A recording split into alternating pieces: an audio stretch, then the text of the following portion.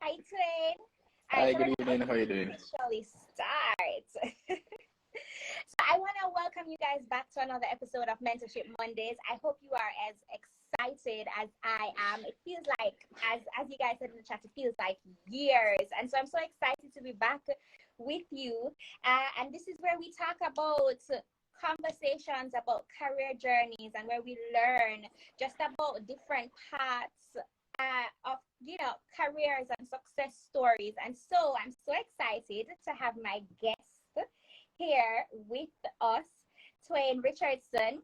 He has worked in the post-production industry for over 12 years as a finishing editor and colorist. And him so look that old, look at him, look young over there, don't it? He has been instrumental in the post-production of award-winning television shows, short films, commercials, music videos, and documentaries. With his extensive years of involvement in post-production, Twain gained a wealth of experience and built a global network, which awarded him the opportunity to do a demo for Da Vinci Resolve for Black Magic Design at NAB in 2019. For the past 5 years, Twain has been doing a workshop along Harima called Go Jamaica Film Rush, where they introduce filmmaking to high school students as a career. So he is, of course, not new to this type of segment. This is something that he does indulge in. Twain, how are you feeling? I'm feeling fine, thank you. And how are you? I am feeling good. I'm feeling good. So I think everybody wants to know, from your experience, what is the all-time best film made and why? Oh, geez, you just put me on the spot. All-time best film made. Geez. There's that. To be honest, there's so many. There's so many. If you could But I'm going to go. You know what? Give me You know two. what? If you I'm could going to choose go. two. I'm going to go with a Jamaican film. Third World Cup. And is it Smile Orange? I think. Okay. All right. Yeah, Smile Orange. Yeah, I'm going to go with two Jamaican films. Third World Cup and Smile Orange. I love how you kept it right here at home. I know Smile Orange, but I don't know Third World Cup. Why did you really? choose two? As a Third World Cup, a Smile Orange it's sort of like a comedy kind of film, and then Third World Cup is action. I think both of them star Paul Campbell, and they're two really good movies. Done from within Jamaica. Okay, all right, okay. Is there anything that made them stand out to you? Is it the storyline or is it the production? Because I know when you're in the other side of things, you tend to see things that we don't see because we just watching it forget a laugh. So boy, yes, kiki. But are there things that you would have picked up in the production of that we didn't see that really stood out to you, and why you give those two films so much credit? Yeah, they are the production. To be able to use the resources that we have in Jamaica to make two really good films. Yeah, it's just production quality. Okay. Quality of production. Talk about quality of production. For somebody like me that just like to watch movies for watching them sake, what do you mean by quality of production? Quality, it come from a few things. Quality could be how the set is designed. It could be how it's edited, how it's graded, and it can be a combination of all of those things. As you see, somebody who doesn't have a large budget, their film won't look like a film that has a expansive budget, because that bigger budget film, they'll be able to one, hire more people. They'll be able to hire the best people, whereas a production that doesn't have a big budget, not able to hire that, you often have persons wearing more than one hat. So you find that certain things start to drop off. So the light doesn't look as best as it could. The set design doesn't look as best as it could. So yeah, those are the things. I think you reached the end of the conversation, but because you're there, I want to kind of just speak on this budget and production in Jamaica. Where do you think we're lacking in that? Because I think we're kind of lacking there, but we're doing better than we were doing before, I think. But I want an expert to let me know, like, where do you think we're lacking in that, and what can we do better? Yeah, certainly. Since I've joined the industry to where we are now, we are miles ahead of where we were when I joined. To be honest, it's not one thing. It's a few factors. I wouldn't say we have the stories. We have scripts. It's just a matter of just finding persons to be able to fund our movies. But yeah, we're doing way better than what we're doing when I just started in the industry. That's good to know. So there's a lot of space for growth in the industry then. We just need some funding. So anybody on the live, corporate companies, when you're watching this back on YouTube, the film industry in Jamaica, we need funding, and we know you have the money sitting over there. Allocate some to the film industry, because we need Jamaican films. Like, we have talented people, we just need some funding. I love that, Twain. So let's get into the nitty gritty. Ooh. What's a project that you're most proud of? When I read your bio, it really stood out to me. I was like, oh, it's a superstar. Oh my God. What's a project that you're most proud of? Project that I'm most proud of, I would say I did a documentary that was shortlisted for an Oscar. It didn't make the list, but it was shortlisted. That documentary was it took us working days, nights and days to get that project completed. And I'm really proud of how that project turned out, and the fact that it was it ended up being shortlisted for an Oscar was just pretty much you let us know that the hard work that we did pretty much paid off. That documentary is called All in the Fight for Democracy, and you can see it on Amazon Prime. Okay, and it's on Amazon Prime. I don't know. You kind of say, okay, well, it never win the Oscar, but it was just shortlisted. That's a huge deal, because we're talking about the Oscar, and then you tell me that it's on Amazon Prime. Those two things are like ton up. That ton up. They're on a different level, and so I think that is so amazing that coming out of Jamaica, you're able to do something that is so wide, an Oscar, shortlisted for an Oscar, and also you can find this documentary on Amazon Prime. That's a big deal. Let me tell you something.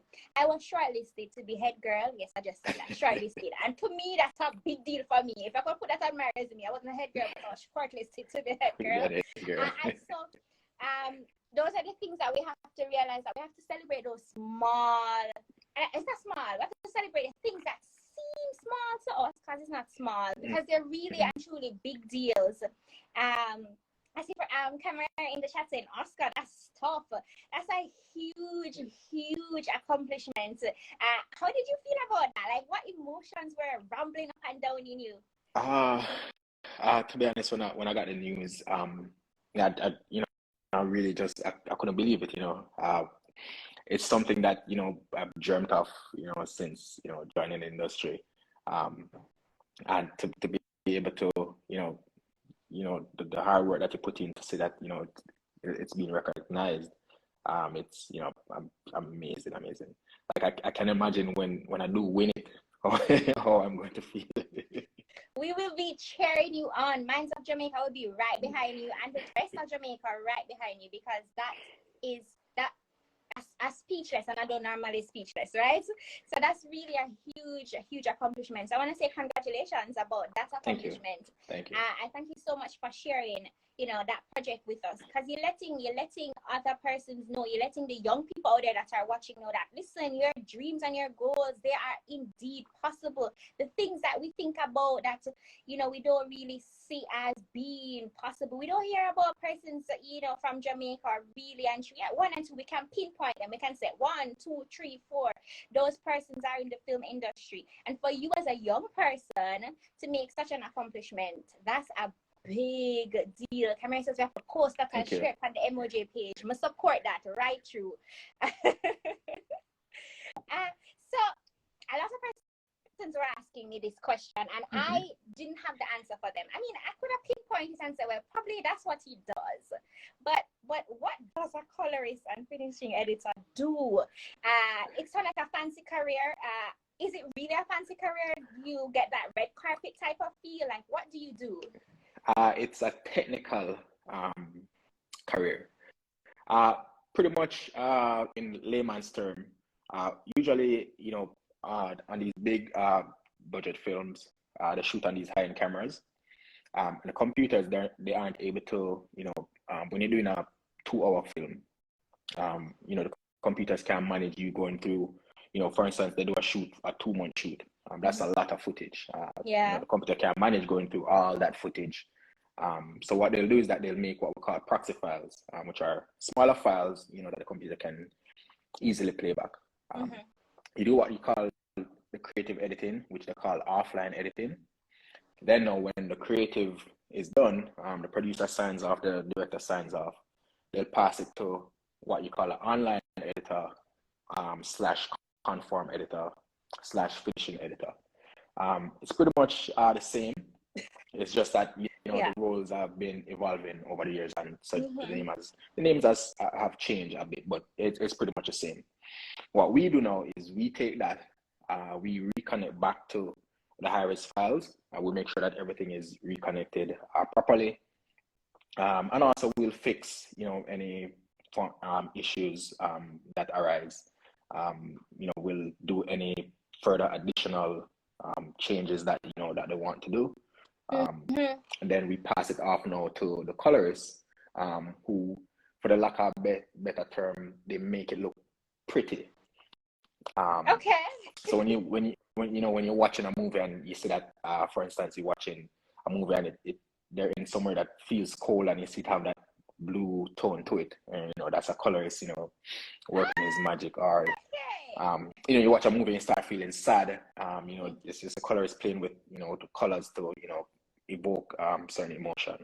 And once the colorist is done with the grade, he passes it back to the finishing editor / online editor, and then we do the exports for Netflix or Disney Plus or YouTube, wherever it's being shown. It's giving me IT. I don't know why, but it's giving me like graphics IT type of.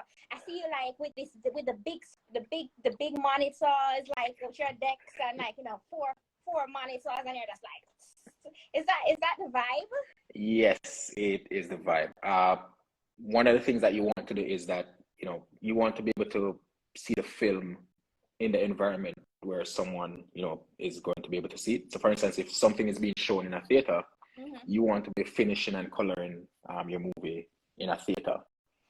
So literally you have a theater with a 50-foot projector. We'll have a color panels or monitors, and we're grading in that theater. Because again, you want to get that feel, what that person will feel when they're able to see when they're seeing the film in a theater. You do have smaller rooms, which you probably have like a 75-inch monitor or a 32-inch monitor, but that's pretty much the rooms. Like, you definitely want to be able to finish the film where it will be seen most, for the lack of a better term. So if, for instance, your film is being released in the theater, you definitely want to be grading it in a theater. A theater. Yeah. I thought I was the only person that mind went when you said that. So I was like, okay, I was downplaying your job for a little bit there because I thought you had 4 monitors and you were like, whoops. And all of a sudden you tell me that if it's releasing in the theater, you're up in the theater. And if I go theater, everybody can discuss theater, right? So they can just imagine the huge screen that Twain is working on. I see persons in the chat saying, that's pretty cool, that's dope. Your job sounds so amazing. And let me tell you, when I was growing up, I never knew nothing about no finishing editor or no colorist. I'm not I think I just learned about this last month when we spoke. So I'm like, that there's so many options available to us, right, as young people, and we don't even know about this. Like, if you really love movies, I feel like that is a career for you. So you guys see the movie them before the movie them come out, and you're in the theater doing the finishing touches, adding the colors for the moods and the feels. That's dope. My teeth, that person there, Jamaica said that's dope. That is dope too. Like that. Like, make me feel like my job now sell off again. The rest of people in the chat feel so too, and I mean one. That is so, and so it is what it is. It's a fancy job. That's what I wrote in my notes. It sounds like a fancy career, and it is giving fancy career. So what about the perks and the benefits? Do you get to go to the release shows and, red carpet events, dress up in your tie? I don't know, I'm trying to get, because I figure, okay, you come into the theater and you do the colorist and it's giving, like a down vibe and you kind of just doing your thing, but do you get that fancy perk from it as well? Yes and no. Okay. Not every film, you'll be able to go to a premiere. I mean, if you go to the premiere of every film, then you won't be working on the next one. So yes and no. There are some projects, where you get a chance to go and, sit and watch it in a theater. You get to see the reaction of persons. Like, are they laughing on cue? That jump scare that's there. Are they being scared on cue? And that's always fascinating to sit and watch someone react to something that you created. So it does have its perks. Every now and then you'll have someone famous, coming to the studio to do some work. So you get to meet. You definitely get to meet, quite a few people. Tell us now. Yeah, you can't touch that point there. I just throw away all my notes and say, tell us, who are the famous people you're meeting over there? Tell us, no, man. It's how we wrap on the show. Tell us. in certainly at least one. In Jamaica, I think I've met pretty much, I've done sessions with Coffee, Conscience, who I think I've done sessions with Beanie Man. I mean, to be honest, there's so much. That's fine. It's just fun, and it just the career just sounds so like. But I know that it's not like how we're feeling it. We're like dope vibes. It's a lot of hard work, I'm gonna assume, and it's gonna be very time consuming, right? Yeah. Because when you're in a session, you're being professional. So you're there, you're doing the work. You're being hired to, do the work. So you're there. You do your session, you do your work. By the time you look at, it's done. You realize you're like, oh shoot, I just did a session with XYZ. Right, like, but cool. It gets passed over because you're just doing the job. You don't get to feel it until you go home. You're like, yeah, until you finish. It's like, oh cool, like, I just did a session with, XYZ. Like the reality start hit you after. Okay, all right, that makes sense. I see Devon has a question in the chat, and since I see it, I'm going to take it right there. He's asking what are some of the films that you have worked on. Films I've worked on. From Jamaica, I've done Digital Rising Stars. I did that for I think about 10 years. If a Contender, I think I did that for about 11 or 12 years. I did The Innovators. I think I did that for 8 seasons. I've done if a Contender, Kings and Queens of Dancehall, music videos. I've done countless music videos. I've done music video for pretty much almost every. Well, I don't want to say almost every, but I've done a lot of music videos. You can think of, the the best artists out of Jamaica. And you Done a music video for them. worked on it. Yeah. From Shaggy to Beanie Man to Bounty, Coffee, Popcorn. I mean, you name it. Uh, when you go international, there's a documentary called Britney versus Spears for Netflix. I was the finishing editor on that. I'll Be Gone in the Dark for HBO.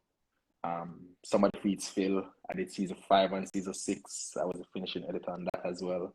That one is on Netflix. I've done projects for Disney Plus. Yeah, It's a star. quite a few. It's a star. Calm down over there on the other side of the chat. It's a star. I saw another person in the chat is asking, what's a good machine to start with?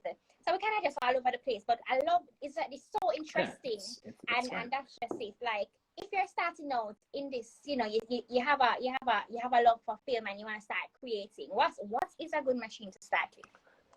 The funny thing is, so I had a post-production company in Jamaica.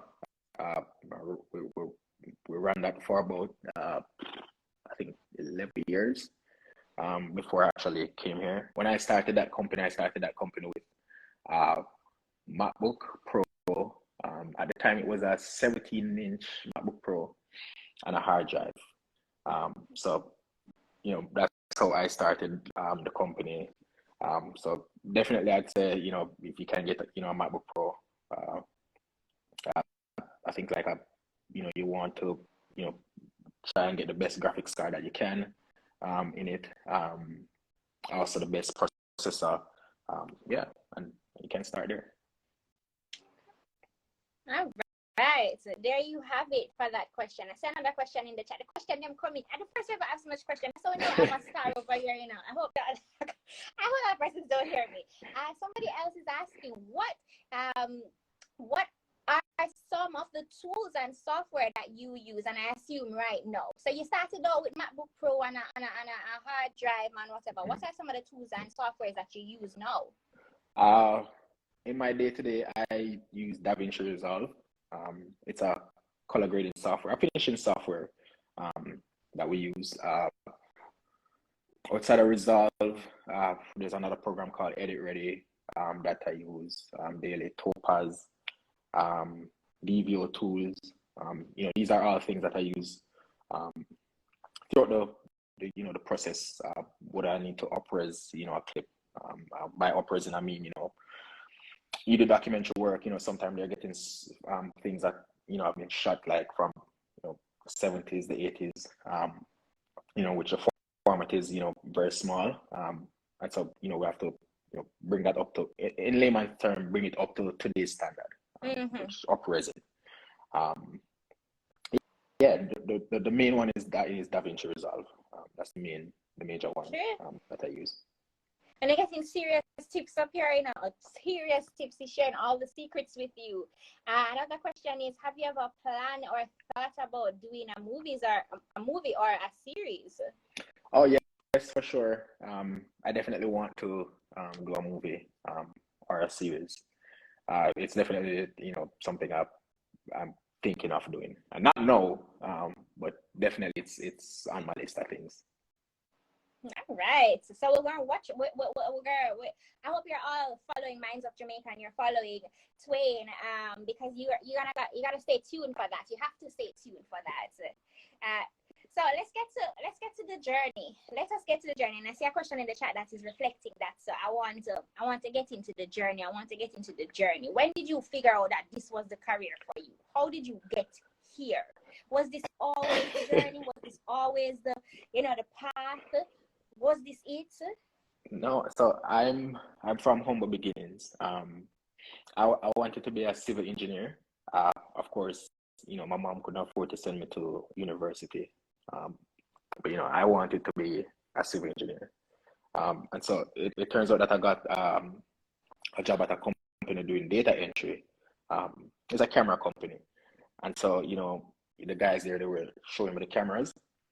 And so, I was, going home and I was saying to my mom that, the guys, at the office showed me the cameras.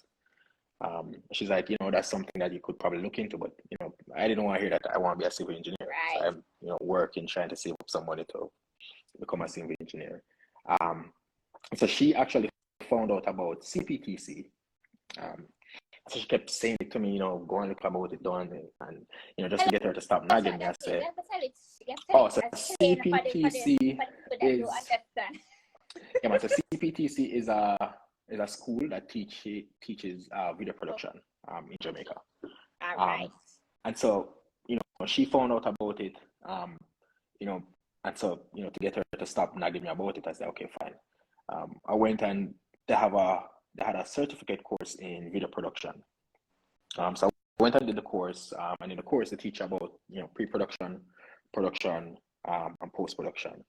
And so when we got to post-production, I fell in love, and so, I asked them about if they have like a video editing course, and they're like, that's not going to start until, the following year. And I was like, fine. I was still doing the, data entry work, and, that I started working at electoral office of Jamaica. So while doing that, I got a call that, the editing course, they're going to start, a certificate course in video editing.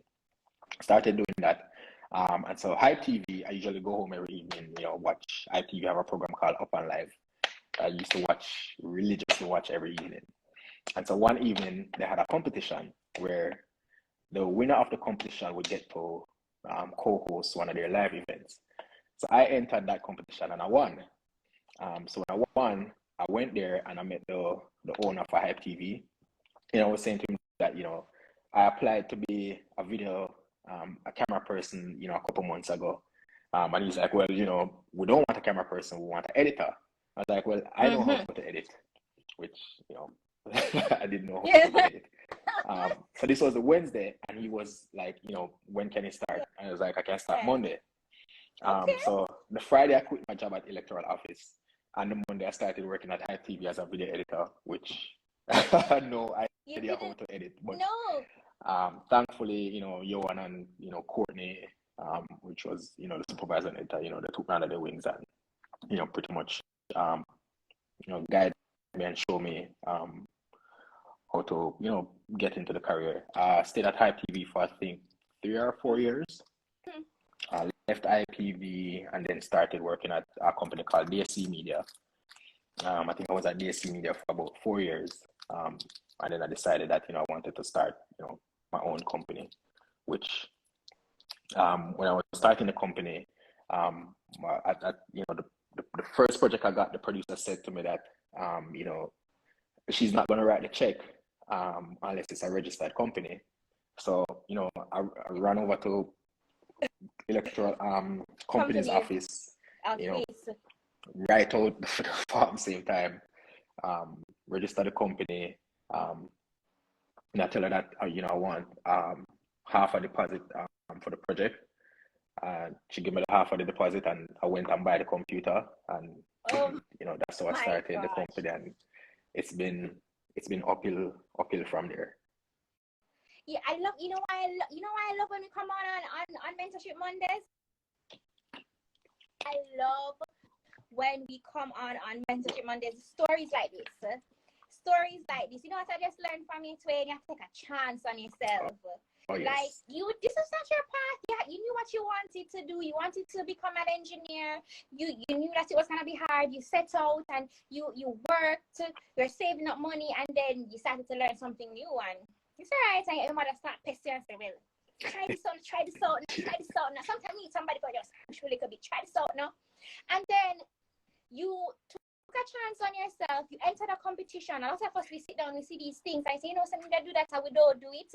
And that opened an opportunity for you. And I love what you did. A lot of persons don't do that. You can't do this. No, I can't do it. No, we don't know. What is no? What is know we can learn to do every and anything. I love that. Your story is so powerful. It is so profound. You took a chance on yourself and look at where you are now. And nothing beat me with the company. You didn't have the equipment. Your company was not registered, but you started the company. Listen, anybody on the chat who have something to start, and start it now, you know. You started the company, and then you ask for that deposit. Yeah, wait, first of all, you're right. I'm going to register. Listen, I'm not paying the money to no company when I register, you know. It's all right. So my company is registered, books are registered. I said, I'm going to need a deposit. You get the deposit and you go and you purchase what is it that you needed to do. Listen, I'm not a light up chat from a man. Listen. I see fire, I see claps, I see somebody saying take a chance on yourself. I like that. It's amazing. Thank you. Your story is so powerful, and I know there's so many persons that are going to be inspired by this. I am inspired by it. Like, I don't know what I need to take a chance on myself, but I'm feeling like I want to take a chance on myself. And that's amazing. And look at you today. Oscar shortlisted, stuff on Amazon Prime, stuff on Netflix, and just by taking a chance on yourself. If we not get nothing else from this, go away with take a chance on yourself today, right now. Oh my gosh. So, me that even didn't know the story. The story powerful, the story lit for 6. No man. I love this so much. I'm very proud of you. Thank you. I think the entire chat is proud of you. And I can speak on behalf of Minds of Jamaica and say, listen, we are extremely proud of you, and we're so honored that you're here with us. Thank you.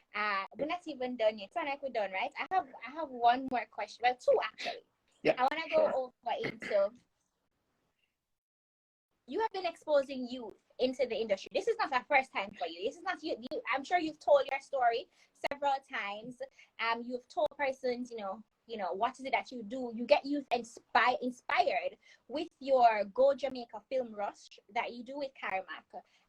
Tell us about that.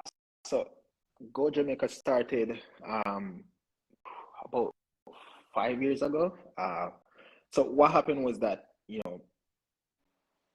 coming up, going through high school, I was sitting down and thinking that, I never actually heard about filmmaking. And so, I said, I wanted to be able to, introduce it as a career to, high school students. The beautiful thing about any film is that, you watch a film, you see 1,000+ names going up. And so, there's so many careers around filmmaking. I mean, you hear about filmmaking, you think about the director, you probably think about the editor, but there's so many careers. If you are a doctor or a nurse, you could be a nurse that just works on film productions. When you're having these big productions, you need nurses on set. If somebody gets sick, you like security. We need security personnel on set. You like to cook. The person's on set, we need to eat. So you can be a caterer, for film productions. You like carpentry. You can be a carpenter for a film production. A lot of these things that you see in a movie, they're built. A lot of the sets that you see, they're built. And so, you like driving. We need drivers. I mean, there's so many careers, around a film production. And so, I didn't know about that growing up. And so I just wanted to be able to, introduce it to, the highest, introduce it to, persons coming up. Yeah. So that it's, something else that they can look into, another career that they can, look into. And I'm sure persons on here, just like me, get the aha moment, like, wow, I didn't realize there's so many careers that, the film industry encompass stuff like. And so thanks so much for sharing that, and I hope that you will continue to do that and it get big and large and all of the nice things. I see Devon in the chat saying, how long was your film production course? My film production course has been I've been doing this for about 13 years now. I've pretty much learned, something new every day. If you're talking about the CPTC course, I think the video production course was 2 months. And then the video editing course was, I think, the same 2 months. But the CPTC, I think they're rebranded now and they're called Media Institute.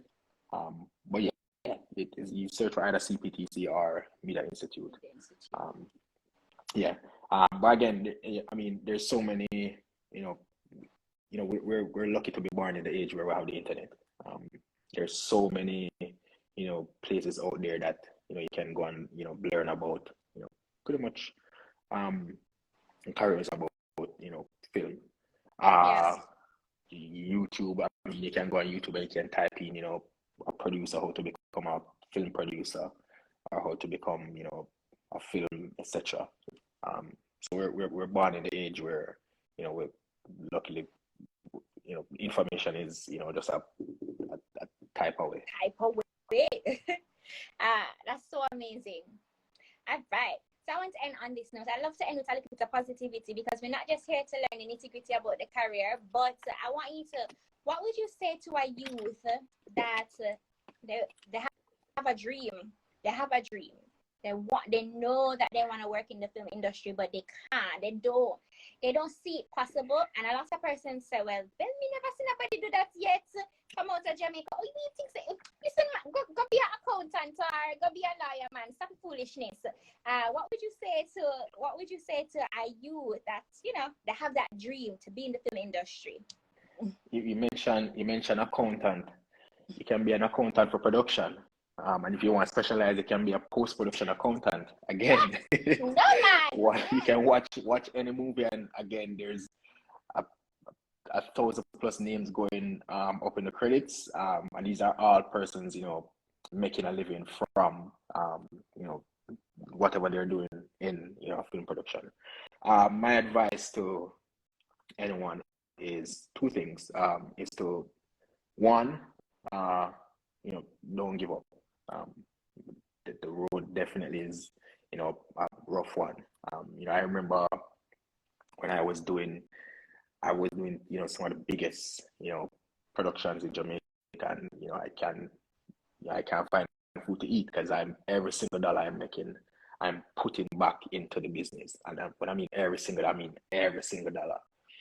Because again, we live in Jamaica, we're earning in JMD, but the equipment that we use is in USD. The software that we use is in USD. So that conversion rate. So just don't give up. It's rough, and trust me. I'm here. Saying it here because I've been through it. And the next one, which I think is probably the most important one, is to find what works for you. Growing up, when I started focusing on just when I got into the business and I started focusing on just post-production, a lot of persons tell me that, no, man, you need to do production too as well, because, that now go post-production alone now go work. And, I hear all of that, but, I found that post-production was what worked for me. I tried doing production and it didn't work at all. So, I stuck to post-production because that's what worked for me. So I'd say, find what works for you, and stick to that. That's my two little piece of advice. I think that's a perfect note to end on. Find what works for you and don't give up. At the time we think the road got easy, and we see Twain and him talk about him, Oscar and him in Amazon Prime and everything. I was like, oh yeah, we want to start, we're gonna buy the thing and we're gonna start it. And there is a journey.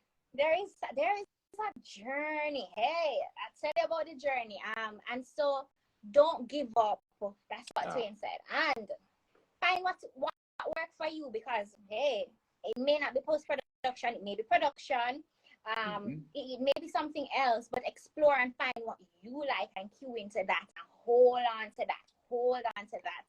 I think that is such a great note to end on. I see one last question from Devon. He says, I want to do wildlife filmmaking as a wildlife scientist, but it's not that popular. What's your advice? My advice is to, go out and do it. Again, I ran the only post-production facility in the English-speaking Caribbean for 10 years. And yes, I did my research every single time before I do an interview and I mention it. I do my research. And to this day, we are still the only post-production facility in the English-speaking Caribbean. And of course, it wasn't something that was popular. I mean, or heard of. You want to do wildlife documentaries on wildlife. Start in Jamaica. Start small. Start with a 5-minute documentary on something some form the Jamaican parrot. Start out with that. You do the first one. You find that you start get some traction. Somebody like it, and then you do something else. Start there. Start with what you have. And go from there. So my advice is just start. I love that. Just start. Just do it. Just do it like what Nike say. Nike, I don't know. Just do it. Just start. So just Devon, just do it. Just start. All right. Chana, I want to say thank you so much for coming. I enjoyed this. I hope you enjoyed it as much as I did. Thank you very much for having me. And so I just want to say thank you so much for coming on and sharing inspiration, education, and advice. It was well appreciated. It was well received, and I know that lots of persons they're gonna go back and they're gonna watch this and they're gonna learn even more from what you shared. And so I just want to thank you so much. And please, for anyone who have any questions, please reach out. Send me a message. I'd be more than happy to answer your questions. I love that. And so if you have further questions, reach out to Twain. Make sure you're following him, and also make sure you're following the Minds of Jamaica page. And if you haven't signed up for a mentee as yet, as you drop off this live, hit the link in the Minds of Jamaica bio and sign up, because these are the moments that you can have. These are the persons that you can have one-on-one sessions with to ask further questions. So ensure that you are on our platform. And ensure that you're back here next month, the second Monday of the month, for another Mentorship Mondays, where we're going to be doing the same thing we do every month. Have these conversations that inspire you, educate you, and give you advice on just, different career journeys and success stories. So thanks so much for staying on. And thank you for coming out today. Thank you for having me. I see enough person saying, pick up yourself. Love the movement, all of that. Thank you. All right, bye. All right, so bye everyone.